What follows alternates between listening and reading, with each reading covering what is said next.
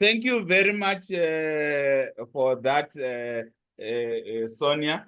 We would want to welcome you all to this session, which is a collaborative effort of the University of Zimbabwe Department of Laboratory Diagnostics in collaboration with African Federation of Clinical Chemistry and Laboratory Medicine and Empower School of Health under the auspices of Africa Consortium on Lab System Strengthening. And today's webinar, the focus will be on laboratory medicine now and the future. And we look forward to learn from one another. And we look forward from learning from one another.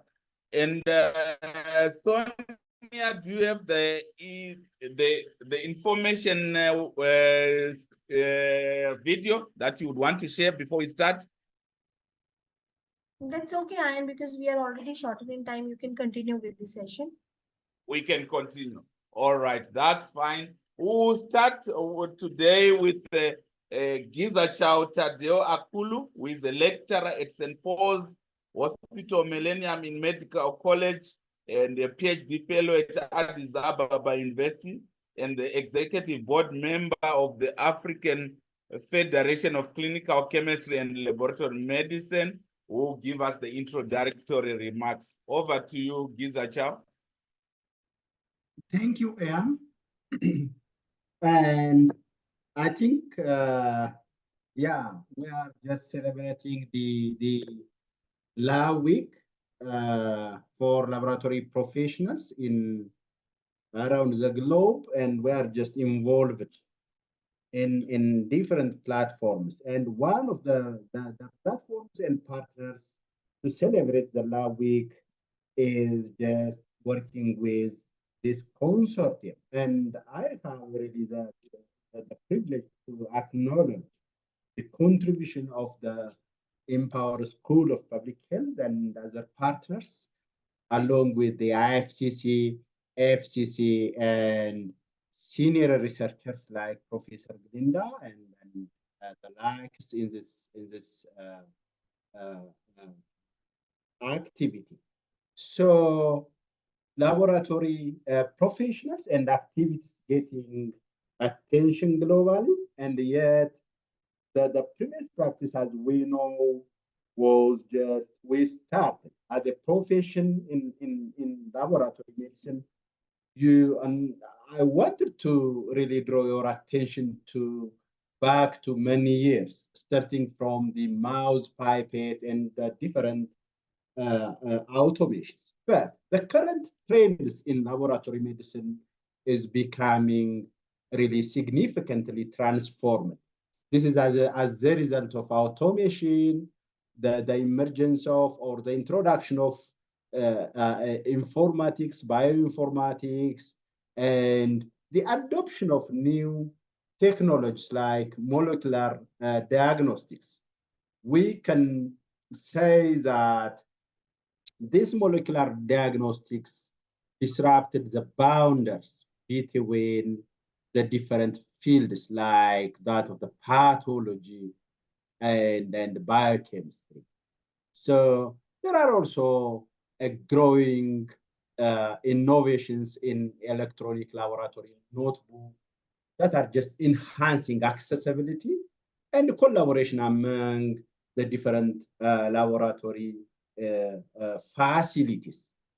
And this will really help in improving efficiency and effectiveness in laboratory medicine. Additionally, there is also patient choice, precision medicine, personalized diagnostics, and so on. So that this has been really achieved by and boosting through genomics and the ground breaking advances in laboratory medicine. So the future of laboratory medicine, I think that the next presenter will elaborate more, but the future of laboratory medicine will be shaped by innovation and innovative technologies that promise revolutionizing the patient care. So we need to contribute to improve the patient outcome. Any result that are emerging from this laboratory medicine will have an impact on the patient outcomes. However, there are paradigm shifts. We are experiencing different paradigm shift, and there we need to also measure the outcome of laboratory practice. The outcome could be just measuring or contributing in how we avert in mortality, in morbidity, and how we are just laboratories are contributed in improving the quality of life of the patient. So the changing role for laboratory professionals need to be really adopted or situated properly. And most importantly, we need to add just value to laboratory tests that will be just derived from appropriate test request and utilization. So the current advancement demands laboratory expert just to interpret this data to knowledge, and of course we need to translate knowledge to economy. So having said this introductory remark, I'm really proud to hear from senior presenters in this platform, and I really appreciate the contributions of Professor Ian for just contributing for the last, I think, 2 years, and we will also contribute for just improving in laboratory practice across the globe. In fact, we are just focusing in Africa. As you know, FCC is working as a corporate federation for the International Federation of Clinical Chemistry and Laboratory Medicine, so that I hope we will continue to working on improving the laboratory practice in Africa and beyond. So having said this, I really appreciate all contributions from all partners, and I'm just glad to hear from the next presenters in this matter. And thank you. Thank you very much, Davis, who is an associate professor of the biomedical sciences at the Cape Institute of Technology. She is an honorary associate at University of Zimbabwe and is chancellor on the International Society of Laboratory Hematology and the co-director of the South Africa Medical Research Council and Cape Peninsula University of Technology Metabolic Health Research Unit. Over to you, Professor Glenda Davis. And thank you so much, Dr. Mashangura and Dr.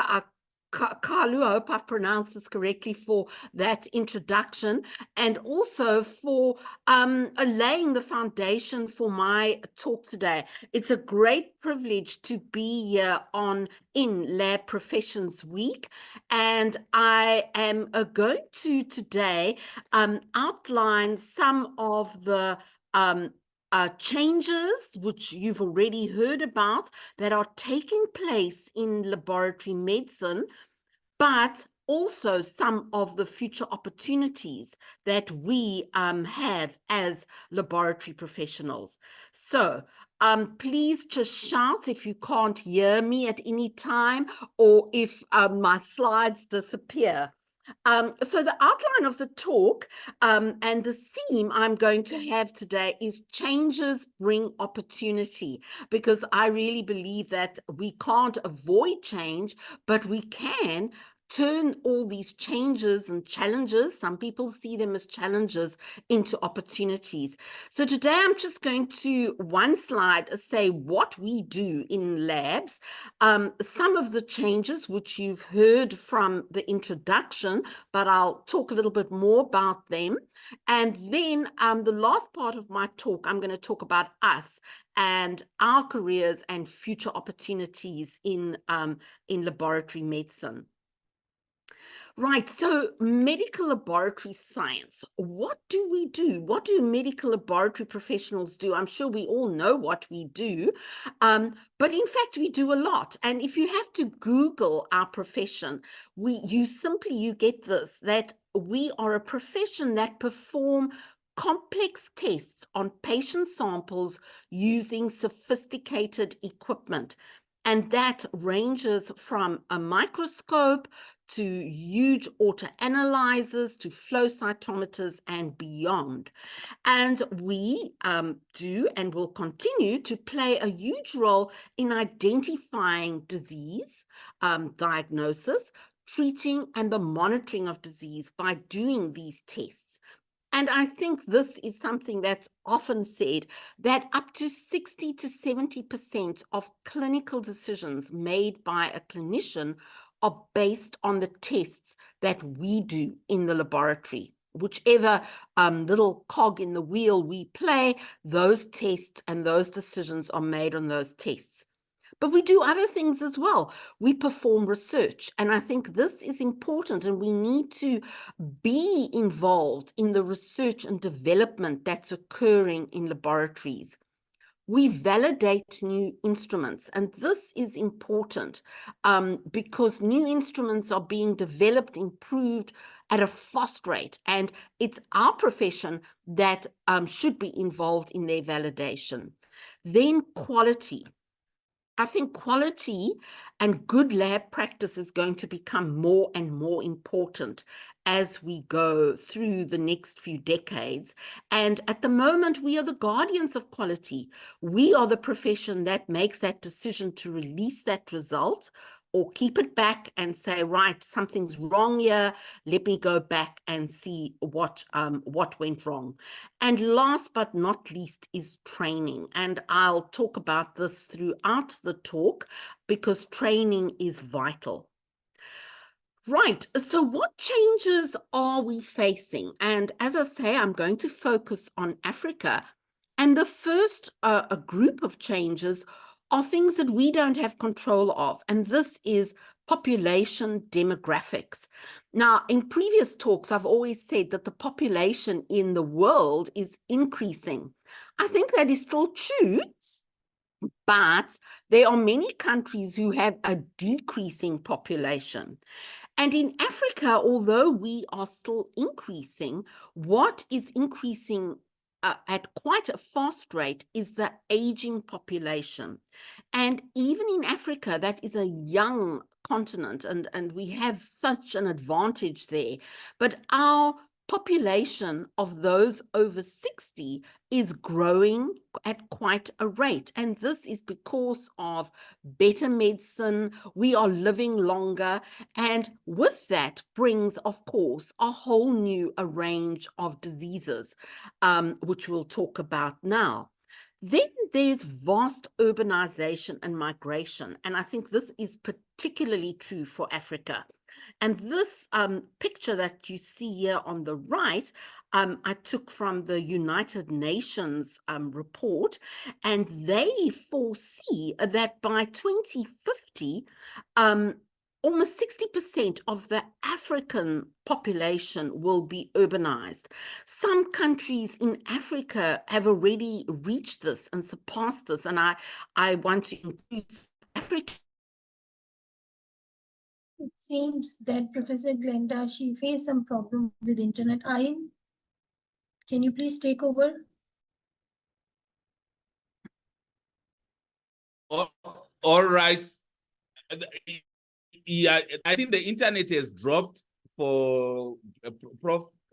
Davison. Whilst we are waiting for her to be back, we can have input from Dr. Bettina Chalematsau on the role of clinicians in medical. We can have an input whilst waiting for to come back online. So, sorry about that internet breakdown. Good morning, everyone, and good evening, whoever you are. Thanks for the opportunity to speak. While we're waiting for Prof. Davison, I just want to make just tiny comments quickly. You know, it is something that many people would actually find as an understatement, but the fact that every patient visiting a health center requires some form of a laboratory result is very important, because while literature is telling us that about 70% of patients or decisions are made based on clinical, on lab results, we know that that number has probably even increased. We just need a study to prove that that number has increased. But working in this field, I'm a chemical pathologist based in Pretoria, the Biko Hospital. I work for NHLS.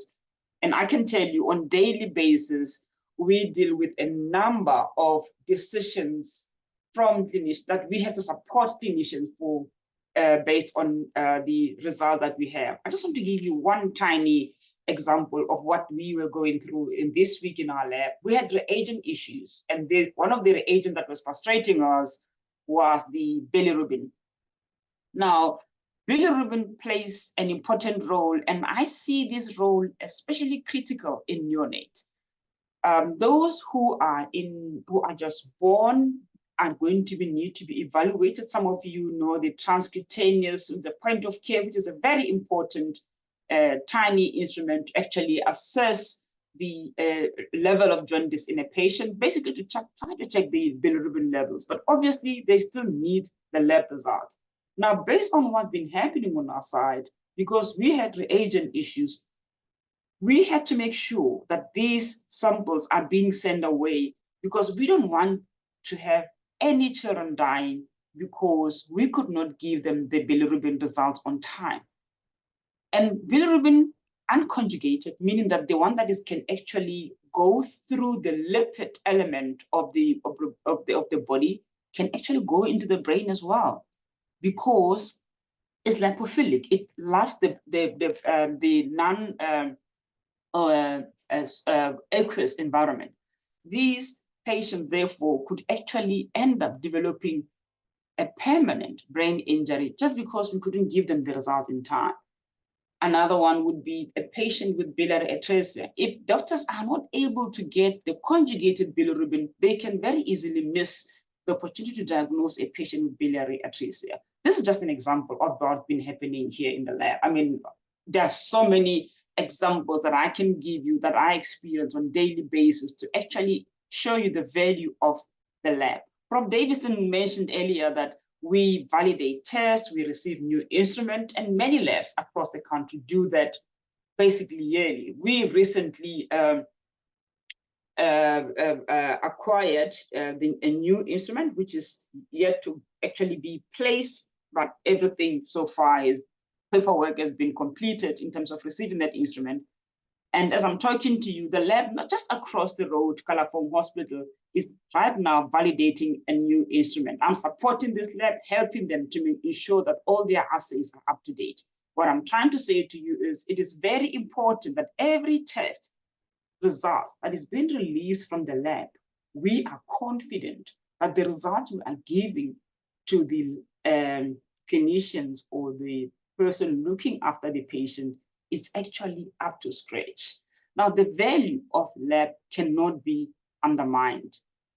We know that things are changing. Prof. Davison mentioned this earlier, and a whole load of dynamics are improving. We see a whole lot of people moving across the world. There's improvement in tests that are coming. And that, can I, sorry, you want to carry on? I can pause here and I'll comment later on. But carry on. I apologize. I got thrown out. I'm just going to try and share my screen again. That was quite a Okay. scary thing. That's fine. Thank you, I'm just Bettina. stealing your time a little bit. Now, most labs are now basically using automation, and we know that actually using automation is helping us to get the results to come quickly. I'm going to comment more on the future of lab medicine as we carry on later on, but I just want to give Prof. Davis an opportunity to complete her talk. But thank you so much, Ian, for this time for me to just. And thank you, Dr. Matsau, for stepping in. We'll allow Prof. Davison to continue. Please accept our apologies on the internet. You can go ahead, Prof. Davison. Yes, thank you so much, Dr. Ian. Apologies for that, and I hope it doesn't happen again. But I am back, and yeah, please just shout if you can't hear me. Okay, so we were talking about urbanization and climate change, and as I mentioned, the climate change is going to result in new infections and diseases, and as we encroach on animal habitats, the emergence of new viruses will occur. And I think we've already seen our first pandemic. It's not the first in the world, but I don't believe it is the first in the modern era. We are going to see more. And then we come to technological developments, which have already been mentioned, and I'm going to talk a little bit about them in greater detail. Right. So I think these slides are very common to everybody, but they still hold true today, and they are still important for us as laboratory professionals to take note of, particularly in Africa. So this top diagram here shows the rapid increase of non-communicable diseases, which involve malignancy and heart disease and others. And what was predicted is the slow decrease of infectious diseases. And as we sit here in 2024, we can see there's a dual burden of disease. However, I predict that this graph is going to slightly change, especially with climate change, that this infectious disease graph will in fact level off. And the bottom is just a replica of that, showing this is also depicting Africa, and showing the high level of non-communicable diseases and almost the equal amount of infectious or communicable diseases, with trauma and other diseases making up the rest. So as laboratory professionals, we need to be aware of that, particularly in Africa. So let's move on to some of the technological advancements that laboratory professionals are facing and are dealing with right now. And the first one that I want to address is machine learning and artificial intelligence. This is becoming a big role player in laboratories, in fact, in all industries, but particularly labs. And this deals with, and already we can, I'm sure, see examples of this in our laboratories, with algorithms that will assist with diagnosis, but not only diagnosis. So the clinicians are facing this as well, but identifying normal cells or putting together a set of results from an autoanalyzer and predicting exactly what that is. And in fact, we already use this in labs where many sets of results will already put a comment into the report without any human intervention. And the big one I'm thinking of in hematology is suspected iron deficiency, just from putting together the results from the full blood count, for example. This is affecting a number of disciplines in the laboratory. And we are now facing or looking at artificial neural networks that can go even deeper than looking at algorithms with numbers, but can identify abnormal cells and classify them. And this picture on the right here is something that I got from a recent international laboratory hematology congress, where they actually show how an instrument looking at an abnormal blood smear can take a sub-image of a cell, and then using a deep neural network that is supervised or unsupervised to look at that cell at various points, from its membrane to its complexity, etc., and is able to analyze that cell and then classify it either as healthy or unhealthy. So a simple lymphocyte that we sometimes struggle to identify, these big autoanalyzers can now subclassify them. And you might think, well, I'm sure they're getting it wrong half the time. They're not. This is a great, up to over 90% accuracy, where they're even able to identify myelodysplastic cells. So this is coming to be in laboratories, and we as laboratory professionals should take this and embrace it. And just to show you the quick, rapid increase in machine learning in pathology and lab medicine, I found this on the Springer website. Springer is a big international publication house, which I'm sure everybody's familiar with. And they decided to put a graph together looking at all articles that focused on machine learning in laboratory medicine and pathology. And you can see that from around 2010, we start to see this increase, but it rapidly increases after 2015. And I can only imagine that this graph has gone up. So this change is real, and we must embrace it and take it forward. So we then come to automation and robotics, which encompasses machine learning as well. And these types of laboratories are already present in many countries, in Africa as well. And so the future laboratory we have already identified is not going to go away, but it's going to be need to be very efficient and cost effective, because we're going to see an increase in laboratory tests, and automation and robotics is going to assist us. And the fact of the matter is, if not already, is that most routine practical tasks that we as laboratory professionals perhaps learned when we trained 10 or 20 years ago are now going to be done by robotics. And I'm talking about tasks like making a blood smear, pipetting, centrifuging, toppling, etc. And this is a good thing, because we can then use our brains to do other things. And as was mentioned in the introduction, is genomics.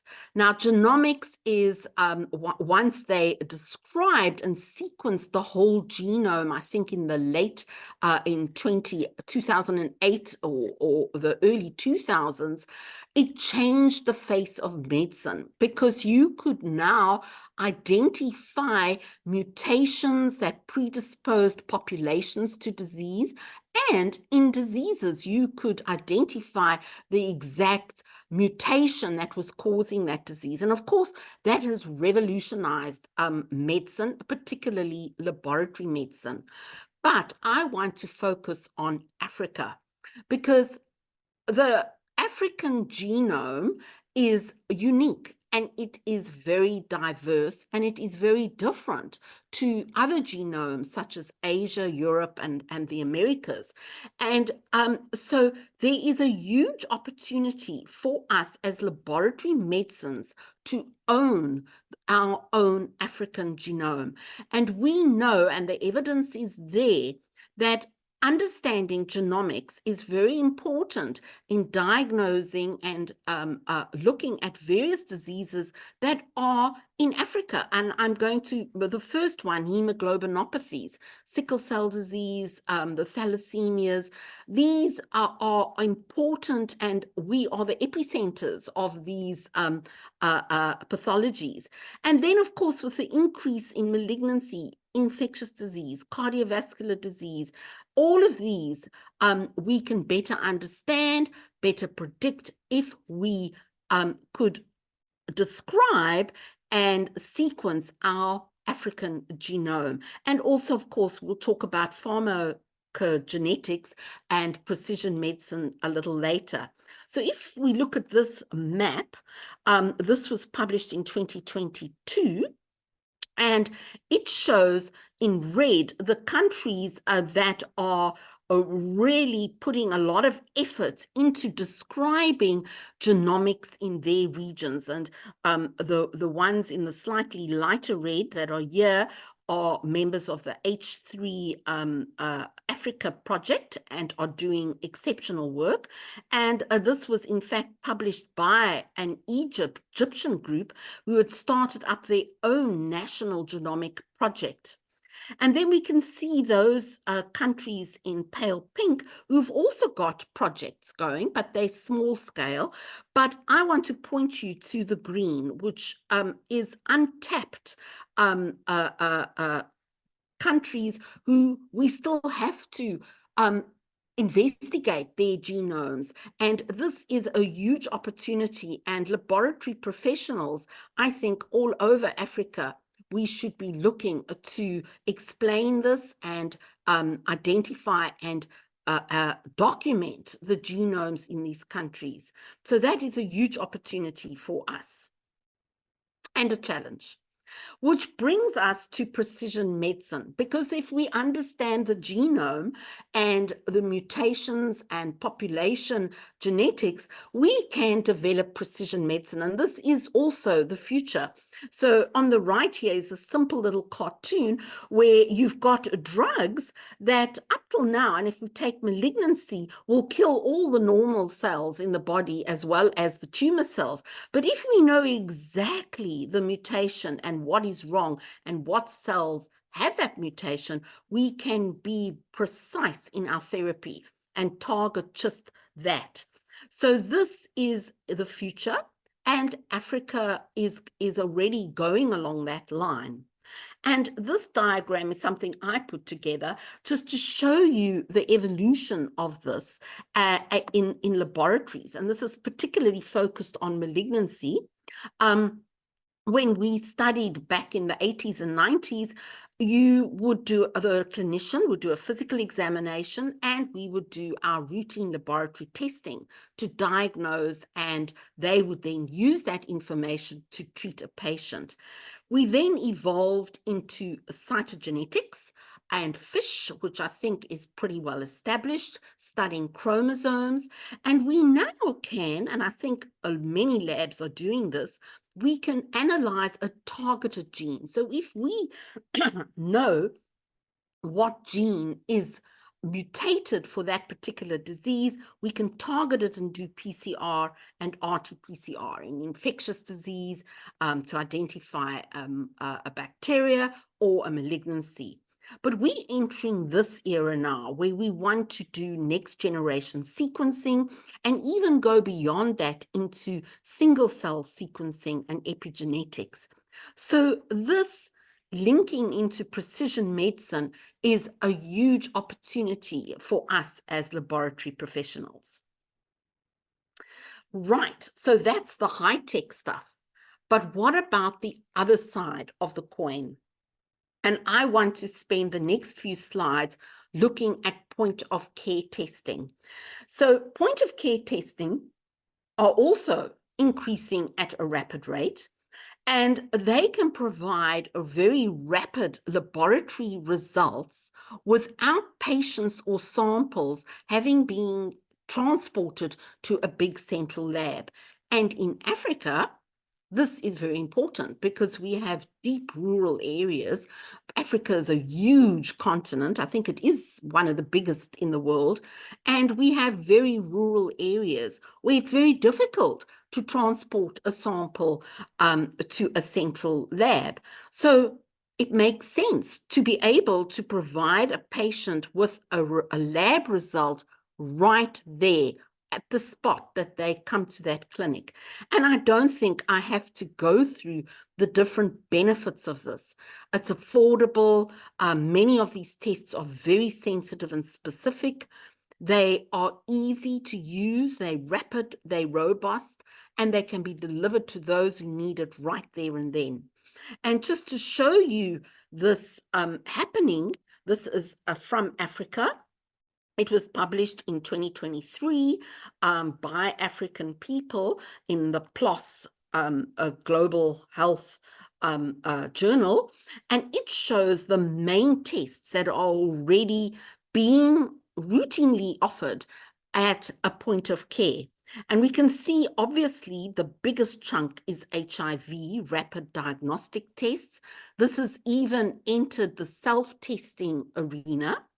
And then we have down here in orange is malaria. And malaria is becoming vitally important. And recently I read an article that the World Health Organization would like to eradicate malaria. And in their strategy, point of care testing forms a very important part of that strategy. So malaria is important. And then in yellow, the other big chunk is syphilis testing.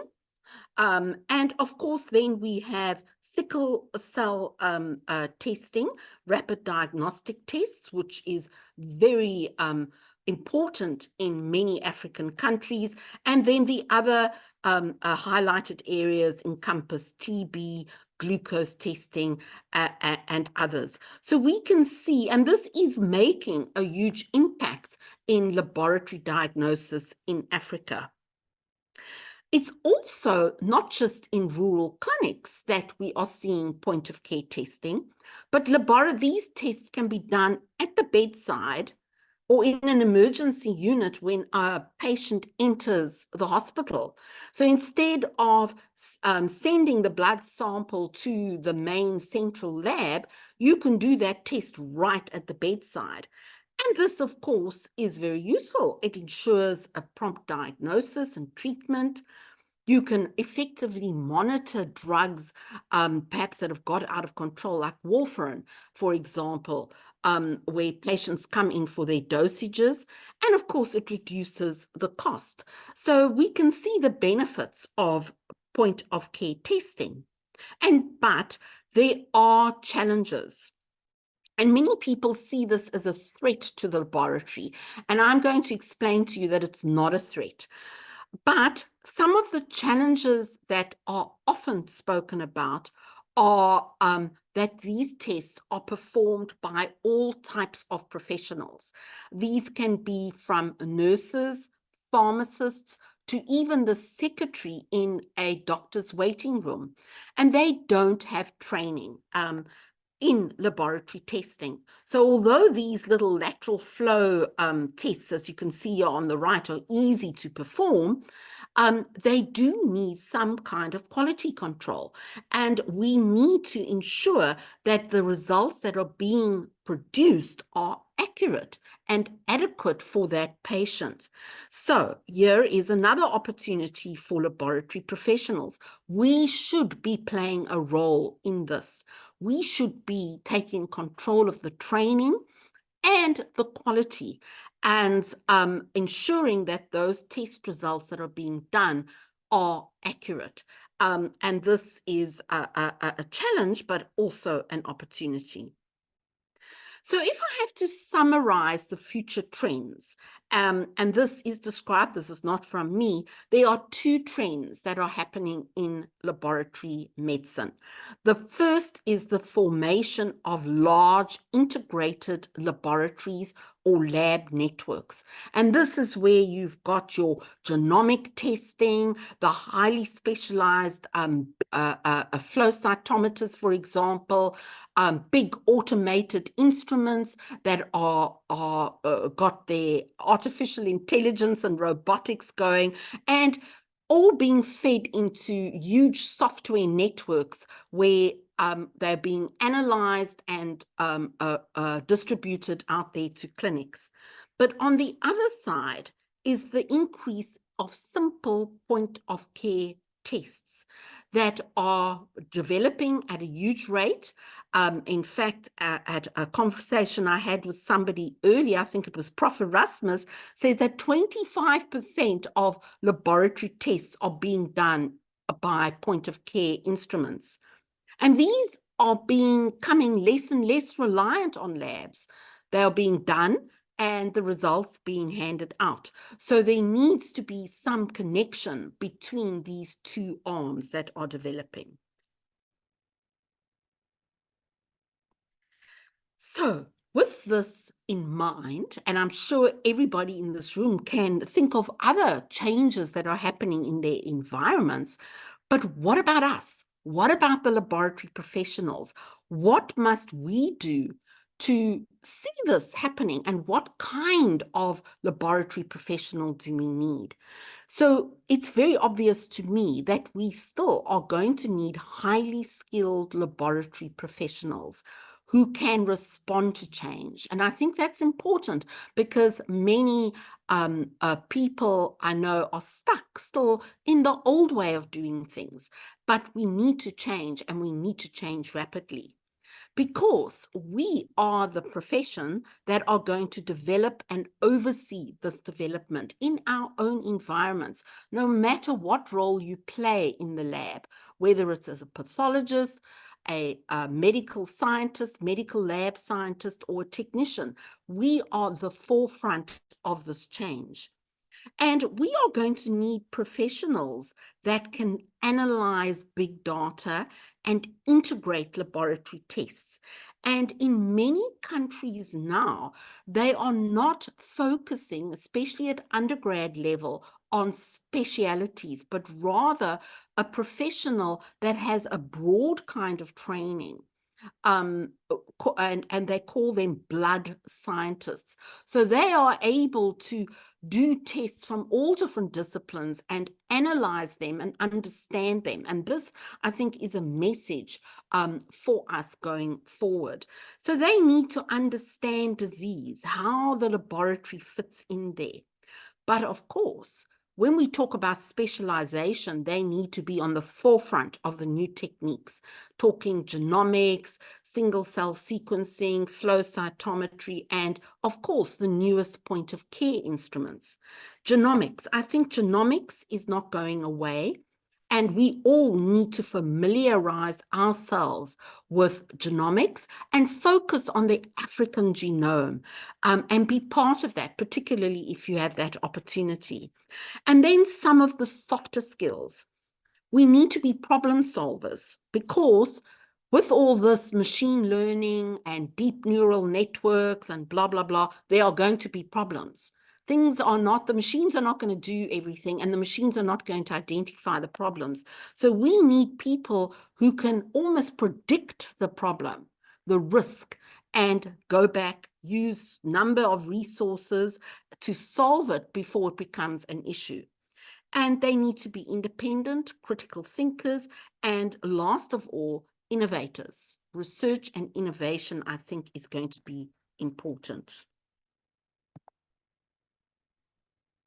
So the opportunities, we've spoken about them, but this is a little diagram I drew, which I thought might be, I'd like to share with you. I didn't draw it entirely on my own. I took it from articles that are being written about the changes in laboratory medicine. So if we look here, we can see that a degree in biomedical science or pathology or medical laboratory science is our qualification. And no matter which one you do, you have encompassed a lot of skills. And we can talk about the future of this qualification. But we traditionally, and I've put it here, I'm going to start with the green circle, people that did this type of degree would work in a clinical lab. We would do those tests, make smears, look at smears, do chemistry tests, do microbiology, etc. But I think that this is only going to become one circle in the opportunities. We will still need professionals there that will be managing this, but I think we have to create other opportunities. On the left, I've put two circles, academia and research, and I think these are going to be connected to clinical laboratories. We are going to need teachers and academia like we have now, but they, and together with the clinical labs, have got to push research and development with the needs of Africa at the forefront. And I think there's a lot of opportunity there for our profession to go into. If we move round the circle, policy development, and I want to stop here for a minute, because many of our governments, first of all, there aren't many guidelines and policies that focus on laboratory medicine. There are some, but often they are written by government officials or people that don't know laboratories like us. And I believe here is a huge opportunity for laboratory professionals to get involved in the development. Let's just take point of care, for example. Point of care is being done, but there is very little government guidelines and regulations on how this can be controlled. And we need to get involved there. So join societies, push those societies and professional bodies to get involved here. And there is another opportunity. Industry development, product development, the development of big autoanalyzers or point of care tests. I think a person with a degree encompassing laboratory medicine should also be involved in that. We have the skills and we can be involved, ensuring that those devices are appropriate for what is needed.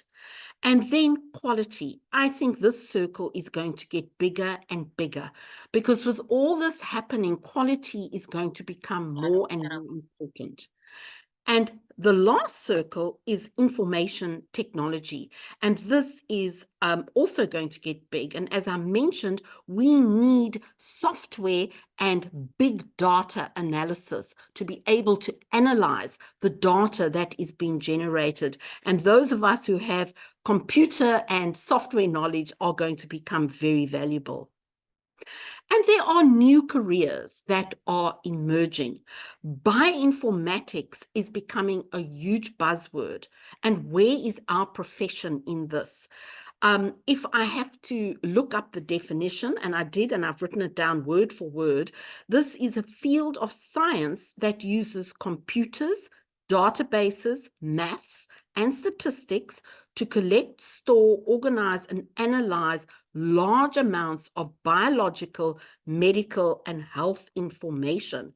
So that's a huge mouthful, but it is becoming more and more important.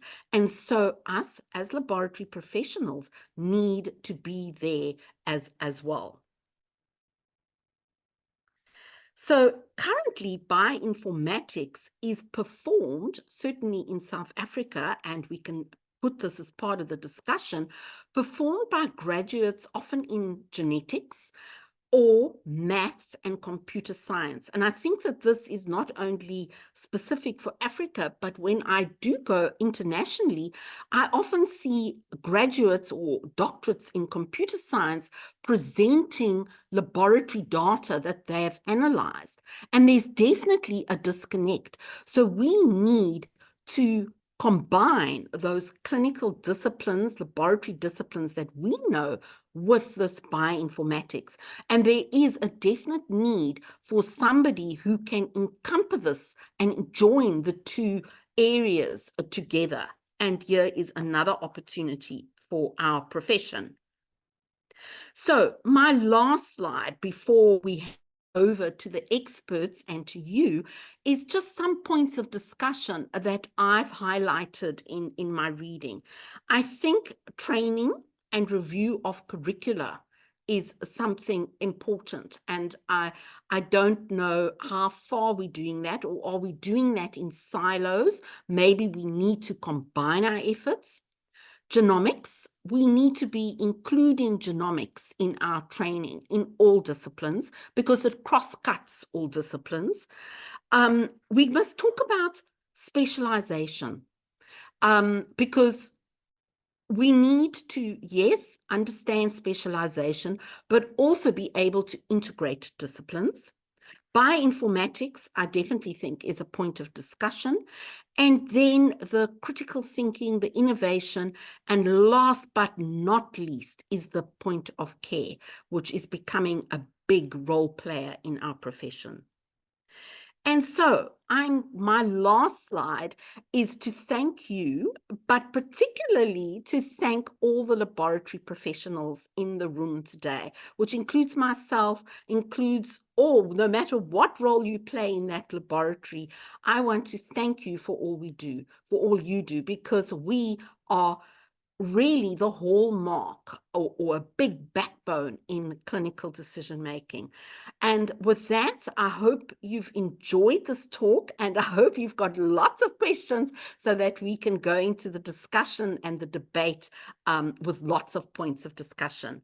So with that, I'm going to thank you and hand over back to Dr. Ian. Dr. Ian? Thank you very much, Prof. Davison, for such an elaborate discussion on where we work and us as professionals, what we need, the skills that we need, and how we need to be prepared for the future. Now we go straight into the panel discussion. We'll start with the panelists before we go over to all of us in the room. And if you have any questions, we'll get, or addition, we'll give you an opportunity to give them. But for now, we'll start with the panelists. We'll start with Professor Erasmus. Can you give some reflection on the ongoing discussion? Prof. Erasmus, can you unmute your mic? Yes, good morning to everyone. I'm really delighted to be here and to thank the speakers for their respective contribution. I think Prof. Davison has already alluded to the changing landscape as far as our profession is concerned. There is no doubt that our profession is changing rapidly with of course, technology changes that are really changing our behavior. As you all know, in the last 5 years, artificial intelligence has been gaining ground, and this is coupled with advances in technology. We have the Internet of Things, we have increased power of computational, and we have an emerging field of computational analysis. And Prof. Davison did also mention that we are now increasingly seeing people with computer skills and IT skills who are presenting some of our data and making analyzing that data and actually showing it to us. So this is really an opportunity for our colleagues to get involved in computational analysis, big data analysis, because that's where the field is going. Another area that is happening is what we call as participatory medicine and behavioral medicine, where in fact technology is being used through artificial intelligence to change our behavior. And here, point of care testing is becoming extremely important because the emphasis is on increased efficiency, rapid diagnosis, and of course, this has a direct impact on patient outcomes.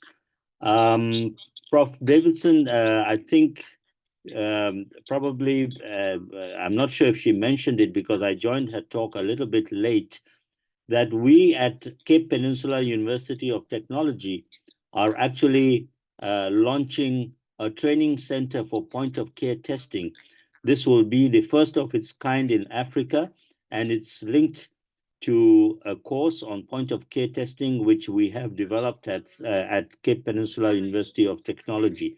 So we are hoping that some of you guys who are getting this information will enroll in that course, and will also send your trainees and lab professionals to avail yourselves of this accredited course.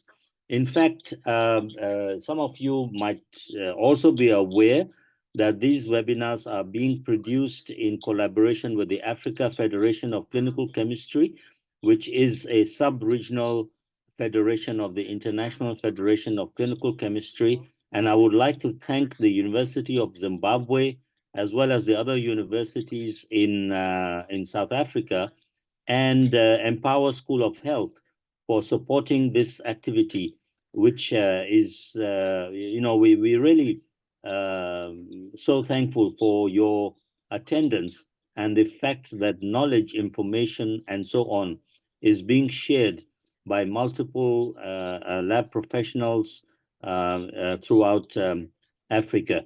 So there is no doubt that there are opportunities, and I really like the last slide, or the last but one slide that was presented by Prof. Davidson, where she actually outlined the various areas where lab professionals can get involved.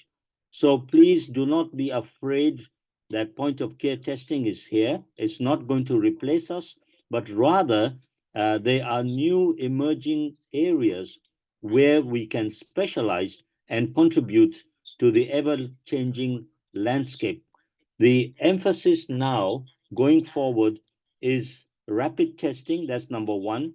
Two is racing for life, as one company calls it. In other words, through efficiency, through rapid availability of results, we can improve health management, healthcare, and patient outcomes. Over to you, Dr. Machingura. Thank you very much, Prof. Erasmus, for that reaction. I will ask the other panelists, Chakando, to unmute their mic and say a few reflections. Chaka? Okay, whilst she is working on his reflection, we can ask Dr. Bettina Chalematsau to add on a few reflections. Thank you very much, Doctor, for giving me the opportunity again. And I just want to start with the bioinformatics that Prof. Davidson mentioned earlier.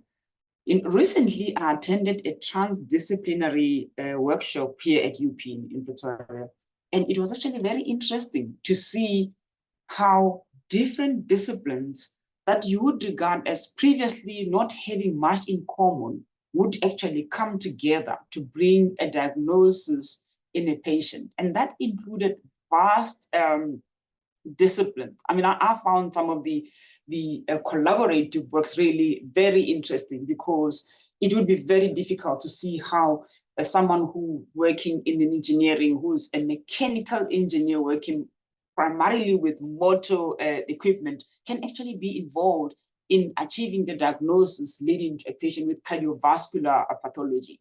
Now, having said that, the value of having this collaborative effort is really illuminated by the fact that Prof just mentioned earlier, Prof Davison, that when she went to the overseas conference, was actually surprised to see that so many people were presenting, the computer science people were presenting the laboratory data. Now, this appears to be like they're stealing our work, but the truth is, this is bringing out a very important factor of having a collaborative effort across disciplines. And I cannot emphasize enough the value of being able to work with someone who is not necessarily in laboratory medicine to be able to accomplish a joint effort in helping the patients. But the truth is, all of us, we are here in this room because we have one intention and one intention only, and that is to help patients. Now, Prof. Erasmus also just mentioned the value of point of care. There isn't a single health facility that does not involve point of care.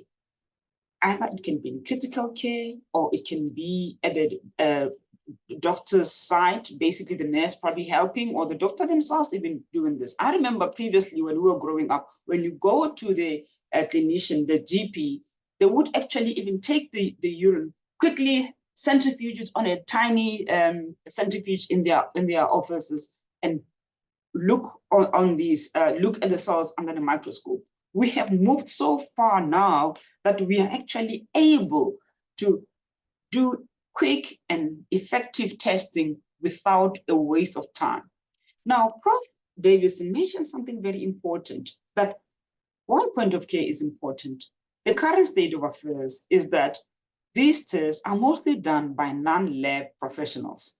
And this is actually indicating that we are, as professionals in the lab, who really understand the value of quality, because all of us are preaching quality is key.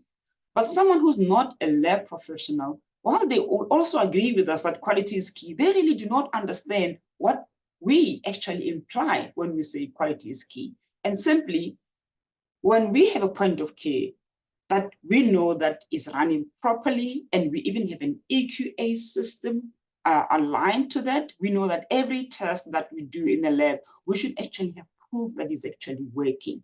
Now, point of care will actually be able to help us to reduce this hospital stay, or even a health care stay, whether it's in a clinic or anywhere else. The doctors will make sure that the patient get the results quickly and they are treated effectively if the results are appropriate. How will we make sure these results are appropriate? It is our role as health professionals to ensure that the value of these point of care testing is not devaluated by not being in the hands of really having people who are in the health in the laboratory profession overseeing this. I see this as very important.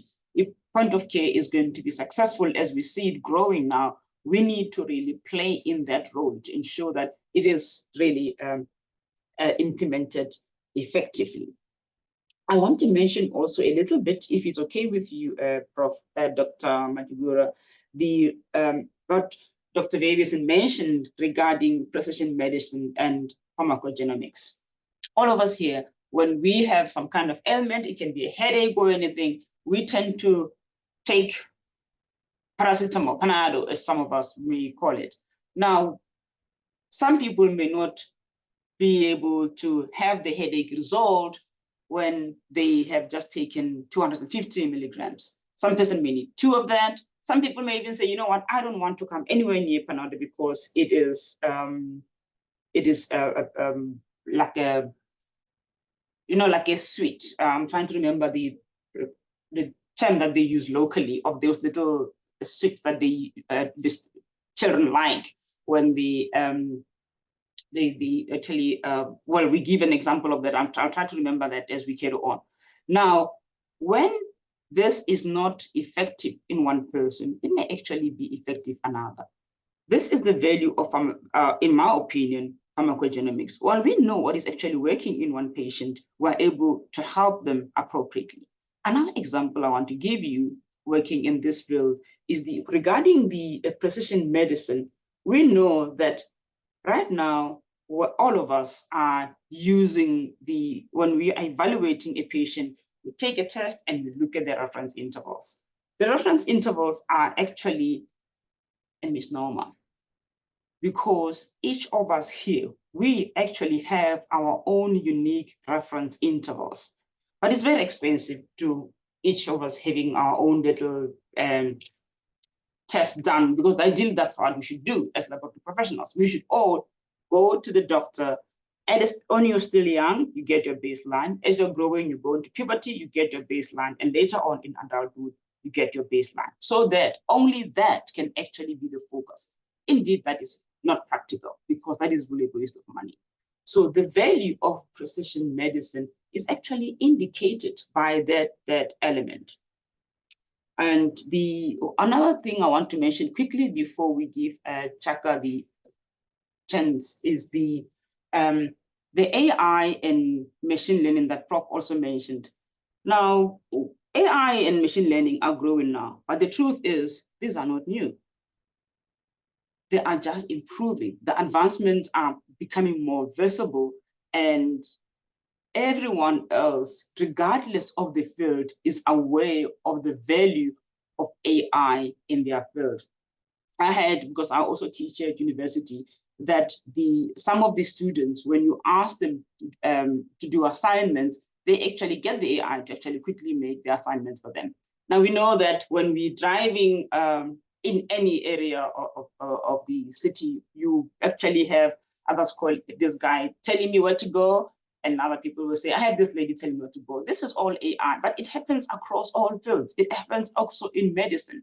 We have the automated responses in terms of interpretation of the results. Today, as Prof. Davison also showed us on the image that she did, that you can actually have these machines telling you what would be the pathology in a patient. Obviously, this won't work independently, but this indicates our role as clinicians and also as lab professionals, how we can actually intercept this to actually be able to bring the quick, rapid, efficient answers diagnosing our patients, so that we will be able to say the lifespan of an African person is no longer 60, it is now 100. And this is definitely coming. And how do we know that? Because we will be able to diagnose patients quickly and effectively. And indeed, quality is key, as I've said. I'm really sorry, because I really tend to talk too much, but I cannot re-emphasize the value of laboratory medicine. And it's exciting to be in this platform with all of you. Thank you, Dr. Ian, for giving me the opportunity.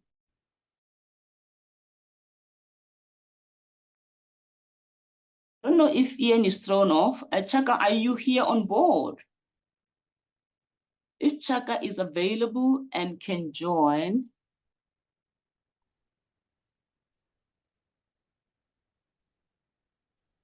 Chaka is also thrown off, I think. So yeah. I think Chaka is saying that he's muted by the host. Okay. Sonia, can you help us? I think the host has got to give him the right to speak. Okay, so who is the host? Is it Sonia or is it Ian? That's correct. Yes, it's Sonia. It's Empower host. Empower is the host. So can I give you some reflections on till Chaka 18?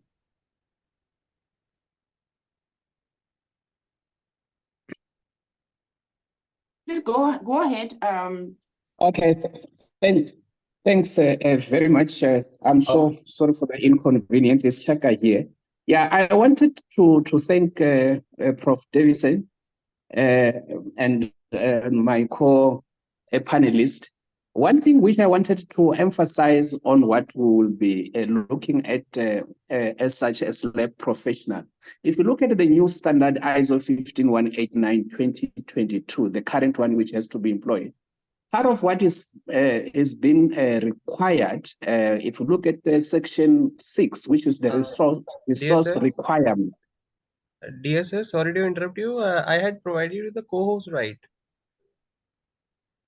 So on the resource requirement, if you look at part of the requirements which are there, personnel is one of it. So the lab personnel which have to be in the lab, which I wanted to emphasize on that part, more especially for those who work in the lab directly, including our pathologists and the HODs in some instances, is that we need to be on par with the activities which we are conducting in our labs, such that there has to be competency done on regular basis for the staff or the personnel who will be, or the lab personnel who will be working in the lab. Part of it is what was discussed previously. I think it's Dr. Zobo, when it comes to the ethical behavior of our personnel. That it comes now and then because it's part of the requirement for this new standard, which for us to be doing quality work, the legibility of what we are doing, it will be based on the competency. As I highlighted, we need to upskill ourselves one way or another, because in some instances, when we look at most of our labs in Africa, you realize that when it comes to lab activities, it's like we are forced to do the work, not looking at what quality of the work which is coming there. So I mean, I look at the very same section where it says all personnel of the lab, either internal or external, that should influence the lab activity, shall act ethically, be competent, and work in accordance with the laboratory management system. So my take or my contribution on what we are required, as much as it has been highlighted by Prof. Davison, the lab professionals, we have to be showing impartiality, be ethical, be competent, and work in accordance. That is what I will always emphasize when it comes to quality. So whatever which we'll be looking at, it has to be in line with that. I thank you.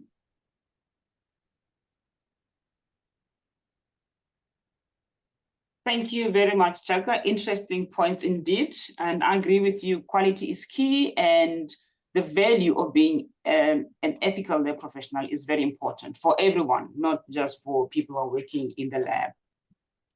And now we're going to open the floor for questions. I just also want to see if there are any questions that we may have on the chat, in the chat. So, okay, yeah, I think there's a question from Ketan. That's one of the first questions, I think, in my, from where I am. Now, the question, he first made comments, and so how could we adapt our technology to the changing environment in order to find the means to resolve the early diagnosis problem for non-transmissible disease? I would like Prof. Davison to comment on that. Yes, thank you, Bettina. I think, yeah, they are talking about early diagnosis.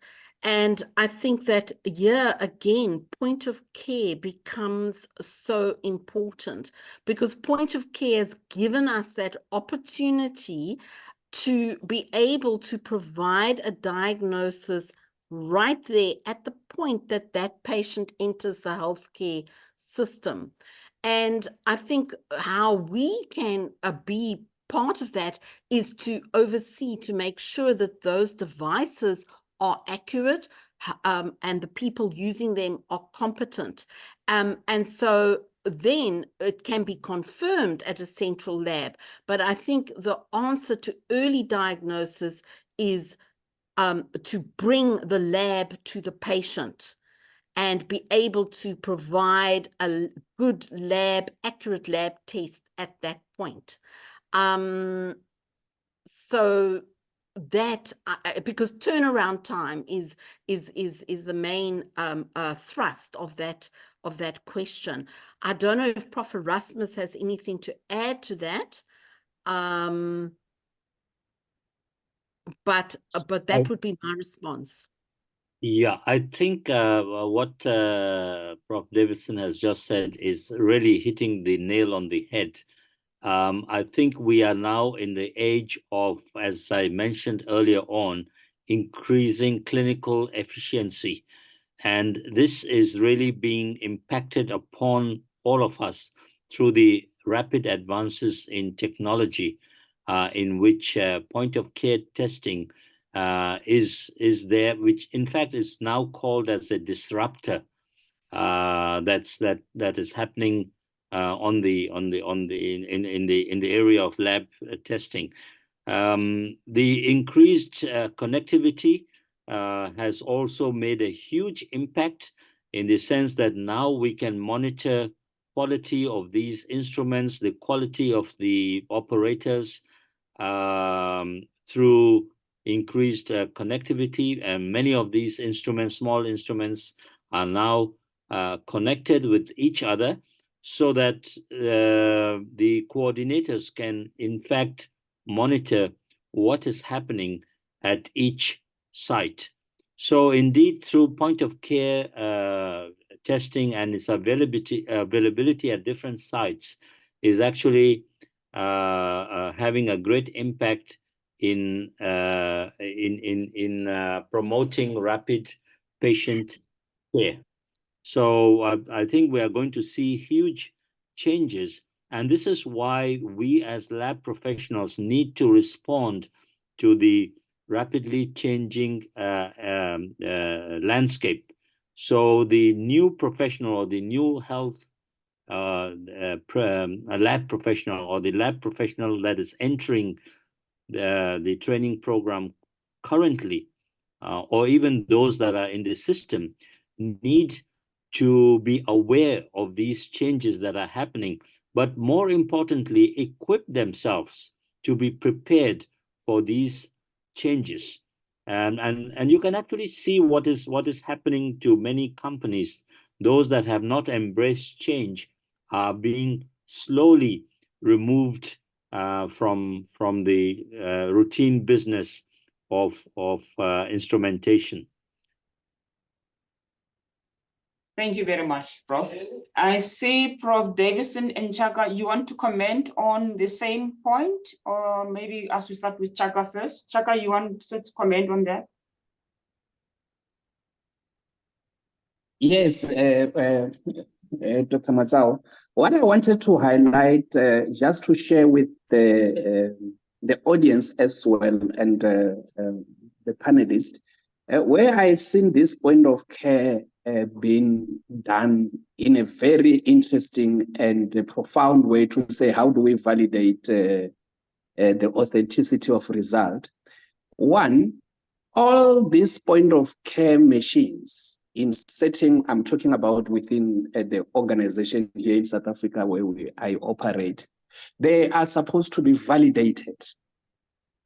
When they are validated, the lab has to validate every aspect and parameters of those point of care machines.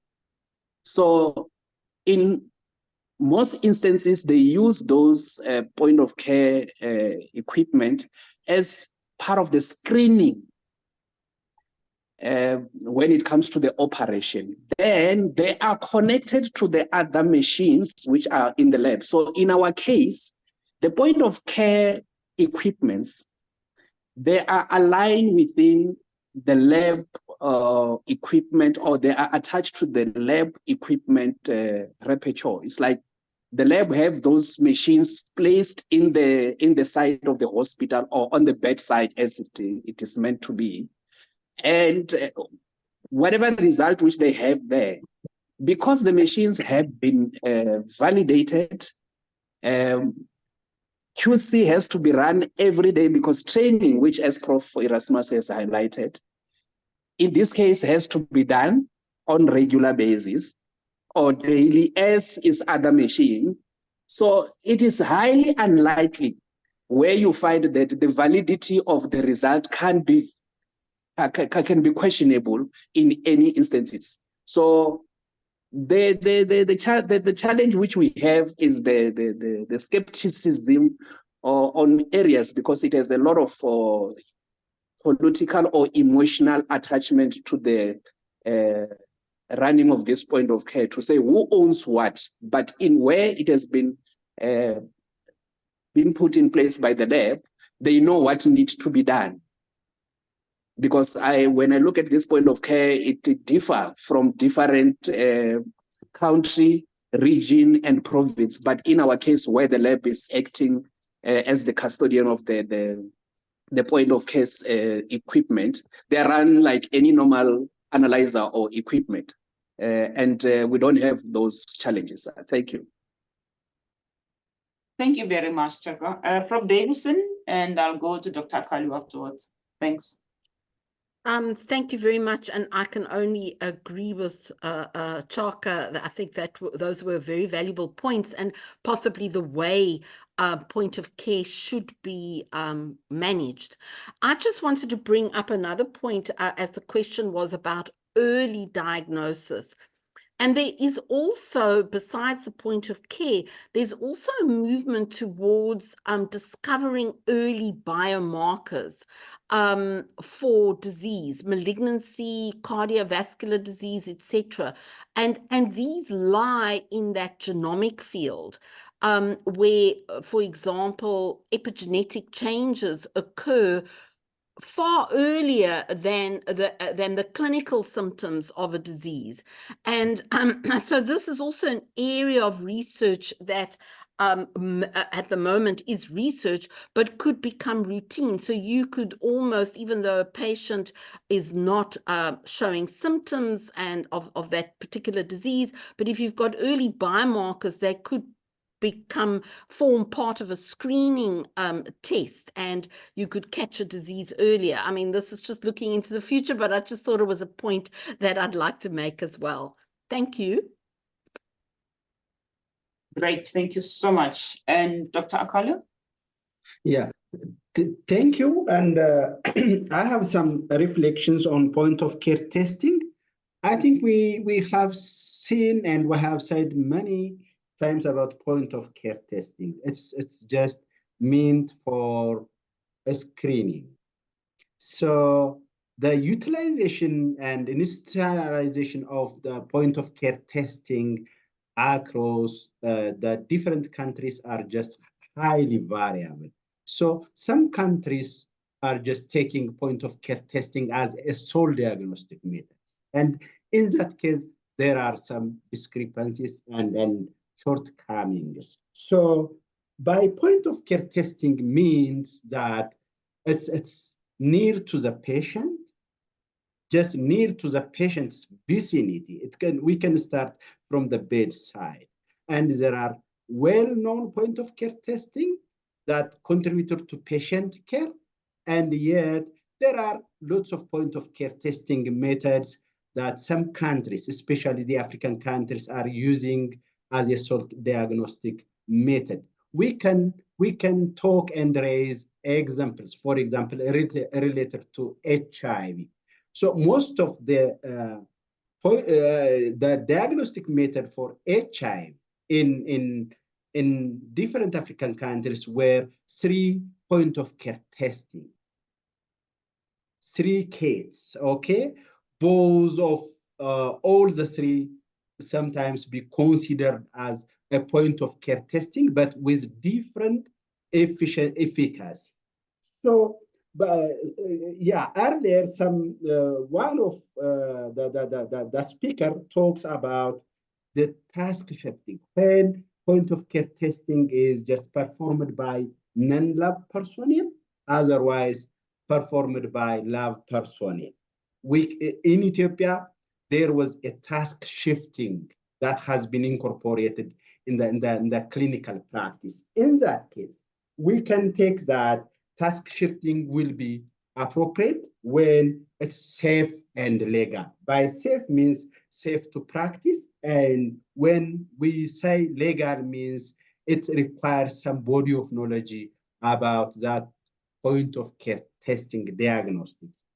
Okay, totally, I can take that as a lab professional, we are there or we are here just to support clinicians as well as patients to early diagnose or early screen the patient. But some of the practices and utilization of point of care tests are just there are a demand to scrutinize this utilization of point of care testing. We need to just link to the conventional diagnostics. When there is a positive result in screening using a point of care test, we need to link to the conventional diagnostics before just establishing a confirmatory diagnosis. So the other one is we need to validate. There should be a regular validation. Yeah, most of the point of care tests in infectious diseases molecular based, so that there is some diagnostic modalities. For example, we can take in TB gene expert, in malaria point of care testing. There are strains or mutations that escape from the diagnostic capability of some of the point of care testing. And we are just looking, for example, in gene expert to diagnose TB. To detect MTB, that will not be a problem. But some countries use RIF resistance, for example, as a surrogate marker to establish diagnosis as an MDR case. So there should be a guideline on how to utilize point of care testing and how to integrate and utilize in our clinical practice as well as in diagnostic pipeline. Thank you. Thank you very much, Dr. Kwali. There's one question here that I really would like us to address. We'll go to the earlier questions, the two questions earlier, but I just want us to address Muligeta's question, Muligeta Koi's question, who says, would you please say something about the affordability of medical laboratory test service? Nowadays, it is very difficult to afford by ordinary citizens. And this is literally driving to the points we're discussing, but I just thought it would be more attractive if we could just ponder on that as well. Thank you. Prof. Davison? Yes, the cost of laboratory testing. I don't know if I am an expert in this, but I agree. The cost of tests, even setting up point of care machines is very expensive. And of course, that cost gets passed on to the patient. So, yeah, I'm probably not the best one to answer this, but it's a very, very valid point. And I think some of the answer could lie in collaboration, where reagents and things are bought in bulk, as opposed to single labs buying their own things, so that you can reduce the cost of producing that test and then pass that on to the customer. Yeah, and I think also with the Rand exchange rate, not only the Rand, but in African countries, the exchange rate also increases the cost.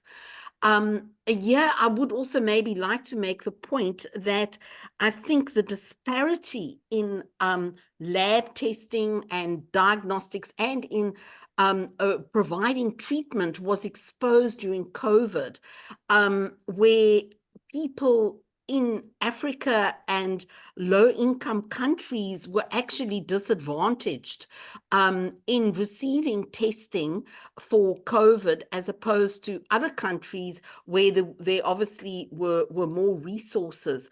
I don't know the solution to the problem.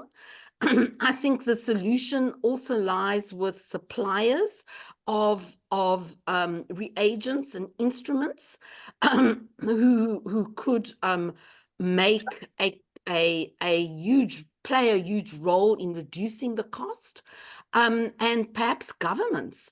But I see Dr. Ian's got his hand up and is probably far more of an expert on this than I am. Thank you very much. Thank Ian? you, Bettina. Thank you. Ian, are you available? I don't see him now. I think we lost him again. Prof. Erasmus? Yes, thank you very much for that very interesting conversation regarding the costs. I beg to differ. I think we as lab professionals need to emphasize to everyone how important we are. And I think Dr. Bettina, in her comments, did mention our important role. I think when we are talking about costs, first of all, we must remember we are also operating a business. A business means that you have other costs that are involved. So it is not just the cost of the test, not just the cost of the point of care instrument, but also other softer costs that are included in the total cost of the test. Now, if you go to any city, when you go to the CBD, what do you see? You see these skyscrapers, and then you look at who owns these skyscrapers. And what do you see there? They are owned by the banks, they are owned by the accounting firms, and then they are owned by the law firms. Now, health is equally important. Why is it that when we go to a lawyer or when we go to an accountant, they charge us 5,000 Rand, I'm putting the South African currency here, for an hour? For them to write a letter is also sometimes, depending on the type of letter that is to be written, could cost you up to 10,000 Rand. So why should we, as lab professionals, belittle ourselves?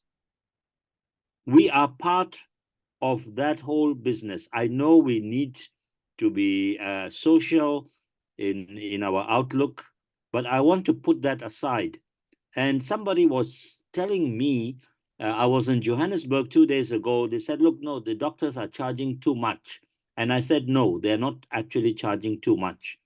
Because when you go to a doctor or a specialist, he may charge you 1,000 Rand, but a lawyer charges you 5 times.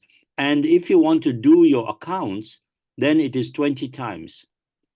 So I think then everybody must be regulated by the government. We can't have one group of people charging us so much and then saying to the other professional group who also undergo a lot of training to say that we need to reduce our costs.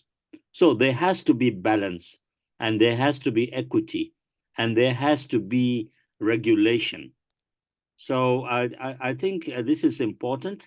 I know that in the private sector, the government has regulated the cost of certain tests.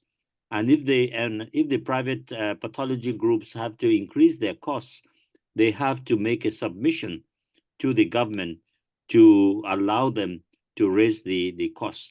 But I think it's important for us to realize that the cost of living is going up globally, and Africa is not excluded.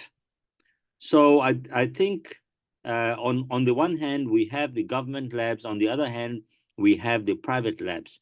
And I want to tell you that the government labs, in many instances, are given some sort of a grant or some sort of a subsidy to bring those costs down. I'm talking about the countries outside South Africa. So that's my view. Over to you, Dr. Bettina. Thank you very much, Prof. I appreciate that. I see we are running a bit out of time. I just want to comment quickly on Izoma Choku's question. And I just want to say that I would believe this was addressed, but this is what Izoma says. How do we address challenges of quackery and misinterpretation of results from point of care? Some of the results from point of care, some of them not knowing when it gives a false, a positive or negative.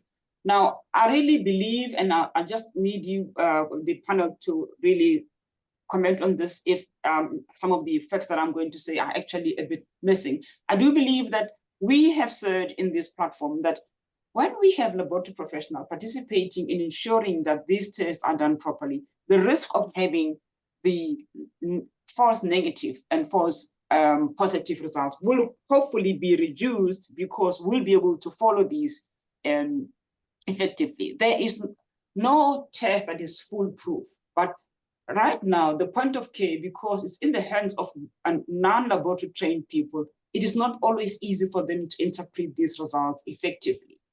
And I don't know if Prof want to comment quickly on that, then I will hand over to Ian if Ian is available. Thanks, Prof.